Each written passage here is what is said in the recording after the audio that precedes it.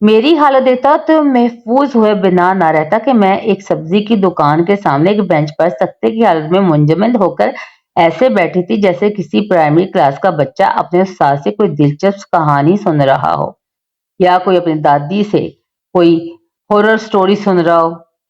بابا جی ان صاحب کی گفتگو سے کافی متاثر نظر آنے لگے۔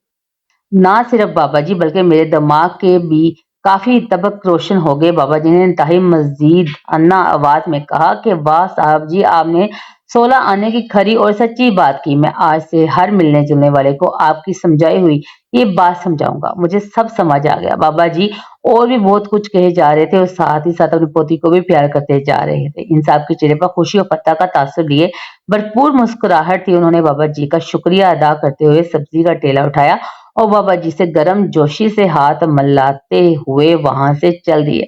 بابا جی اور میں ستے کی حالت میں ان کو دور تک جاتے ہوئے دیکھتے رہے۔ پوتی کی آواز نے اس سکوت کو توڑا۔ بابا جی پوتی کی طرف متوجہ ہوئے بغیر خود کلام ہوئے، کمال کے صاحب جی ہیں یہ۔ اس دن میں سبزی لیے بغیر ہی لوٹ آئی۔ مجھے اس سبزی فروش بابا جی کی دکان سے اور بہت کچھ جو مل گیا تھا۔ بابا جی کے ساتھ ساتھ میں نے بھی اس بات کو پلے باندھ کر آگے تک پہنچانے کا ارادہ کیا اور یہی سوچ کر آج قلم اٹھایا اور بتایا کہ یہ بات اپنی ڈائری پہ نوٹ کر لوں اور تاکہ اب سب بہنوں کو بتاؤں۔ آپ بھی نوٹ کریں، اپنی بیٹیوں کو بوجھ نصیب نہ سمجھیں، اپنی جوان نسل کے بیٹوں کو سنواریں اور ان کے اچھے نصیب کے لیے دعا گو تاکہ ہماری بیٹیوں کا مستقبل ایسے نوجوان سے منسوب ہو جن کے دل ارادے نیک، مضبوط اور پختہ ہوں، جن کے دل خلوص اور ہمدردی، پیار، محبت کے احساس سے بھرپور ہوں۔ ناظرین، اسلام میں غیر کفو میں شادی کرنا غلط ہے۔ شریعت میں ایسا کرنا جائز ہے مگر پسندیدہ عمل نہیں ہے بشرطے بہت مجبوری ہو۔ کفو کا مطلب ہے کہ لڑکا لڑکی کے ہم پلہ ہو 6 چیزوں میں۔ حضرت زین رضی اللہ عنہ کا نکاح نبی پاک صلی اللہ علیہ وسلم نے حضرت زید بن حارثہ رضی اللہ عنہ سے کیا کہ وہ نکاح کامیاب نہ ہو سکا۔ اس پر سب فقہا کا اتفاق ہے کہ باپ کے لیے غلط ہے کہ وہ اپنی بیٹی کا نکاح غیر کفو میں کر دے، کیونکہ عورت شوہر کے ماتحت ہوتی ہے اور جب وہ جس کے ماتحت ہوتی ہے اس کا آپ سے درجے میں اوپر ہونا ضروری ہے۔ آپ کبھی بھی ذہنی طور پر اپنے سرتاج ایسے شخص کو نہیں بنائیں گے جو آپ سے کمتر ہو، اس لیے تاکہ عورت کو اس چیز کا احساس ہو کہ میرا شوہر دیکھنے میں واقعی میرا شوہر لگ رہا ہے، ہاں میں اس کی اطاعت کروں گی لیکن میرے شوہر کا مجھ سے مرتبے میں اونچا ہونا ضروری ہے۔ اس سے عورت کو تحفظ کا احساس ہوتا ہے۔ عورت چاہے خود کتنی ہی مالدار یا مضبوط کیوں نہ ہو لیکن وہ اپنے شوہر کو ہمیشہ خود سے مضبوط دیکھنا چاہتی ہے۔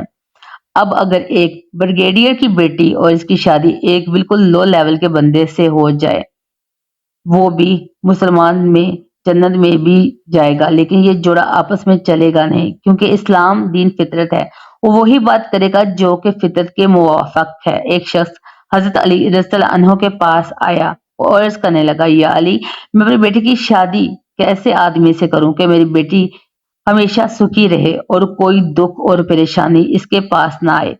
اس پر حضرت علی رضی اللہ عنہ نے اس کی بات سن کر جواب دیا، ایک شخص اپنی بیٹی کی شادی کرتے وقت اس آدمی میں یہ 6 خصوصیات ضرور دیکھنا۔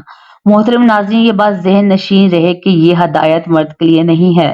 مرد تو اپنی سے کم مرتبے کی لڑکی سے شادی کرنی چاہے، جب کہ آج کل الٹا ہو رہا ہے، لڑکا دیکھ رہا ہے کہ لڑکی میں یہ 6 چیزیں ہیں یا نہیں۔ اسلام نے تو مرد کو اجازت دی ہے کہ وہ کمتر سے بھی شادی کر سکتا ہے۔ لڑکے کے لیے کہا ہے کہ جب اس کی شادی ہو تو بندہ اس کے بالکل اس سے اونچا ہونا چاہیے۔ جب بندہ اونچا ہوگا تو عورت اس سے مرتبے میں کم درجے کی ہوگی، پھر نکاح کامیاب چلے گا، کیونکہ جب مرد کا اونچا مقام ہے تو پھر ہونا چاہیے نہ اس کا اونچا مقام۔ تو حضرت علی رضی اللہ عنہ نے فرمایا، ایک شخص اپنی بیٹی کی شادی اس شخص سے کرنا جس میں یہ خصوصیات ہوں۔ نمبر 1، خاندان۔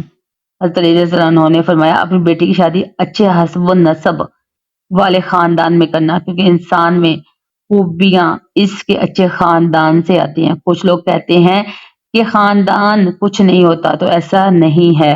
ایسا نہیں ہے کہ غیر خاندان میں نہیں کرنی چاہیے، غیر خاندان میں شادی ضرور کرنی چاہیے اگر جوڑ کا رشتہ مل رہا ہے، مگر کم تر خاندان میں نہ کرے۔ کم تر خاندان کا مطلب ہوتا ہے کہ بعض خاندان حرکتوں میں مشہور ہوتے ہیں، نیچ حرکتوں کی وجہ سے۔ ان کا یہ مطلب نہیں کہ ان میں ہر آدمی نیچ ہوتا ہے، لیکن بعض خاندان کے بارے میں مشہور ہوتا ہے کہ یہ اچھی فیملی نہیں ہے، یہ تمیز نہیں کرتے، آنے جانے والے لوگوں پر ان کا اچھا اثر نہیں ہے۔ یہ الگ بات ہے کہ ان میں سے بعض لوگ اچھے بھی نکل آتے ہیں، اس لیے اس کا مطلب یہ نہیں کہ کوئی نیچ ہے یا جیسے لوگ آج کل کہتے تھے کمی ہے۔ کہ اگر کوئی اچھے خاندان کا نہیں ہے تو وہ لازمی بر انسان ہی ہوگا، لیکن بعض خاندانوں کی خصوصیت ایسی ہوتی ہیں کہ پتہ چل جاتا ہے کہ بندہ اچھے خاندان کا نہیں ہے۔